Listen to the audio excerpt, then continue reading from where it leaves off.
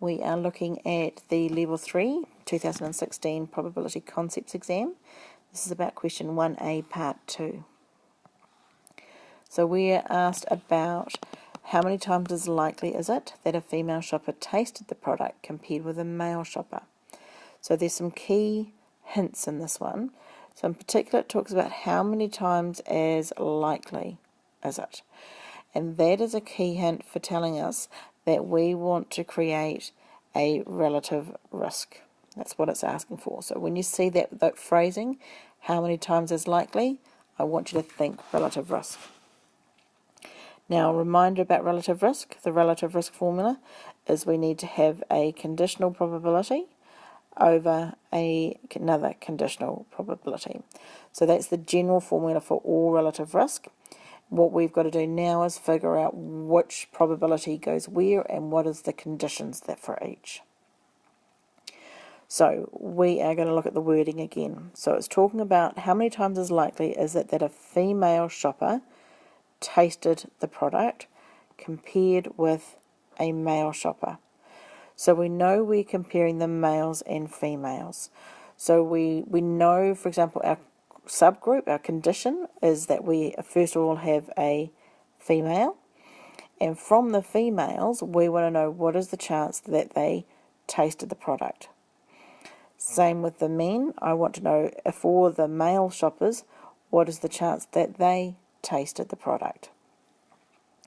So now let's work out what these probabilities might be. So I'm going to start off by the top condition. We want to look just at the females. Okay, so I'm just looking there at the females. And from the 528 females in total, there are 288 of them that tasted the product. So that is my conditional probability on the top, is 288 females that tasted it out of the 528 females in total. Now we are going to divide that. Now the bottom condition is saying let's just look at the males. Okay, so we're just looking at the males. And from the males, we want to know what is the chance that they tasted the product. So what I'm going to have is there are 14 males, and in total there are 31 males in that group. Now I'm just going to put this into my calculator and work out the answer. And what we are going to find is that simplifies to a value of 1.208. So our next job now is to figure out, well, what does that mean? We need to interpret this answer. Okay, we've got to return it back to a sentence.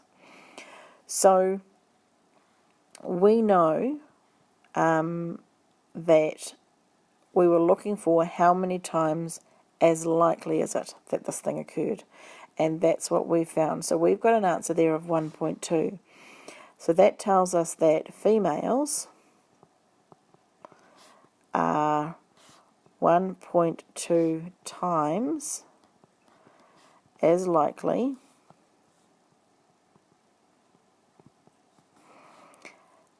to taste a product than males. And there's our answer.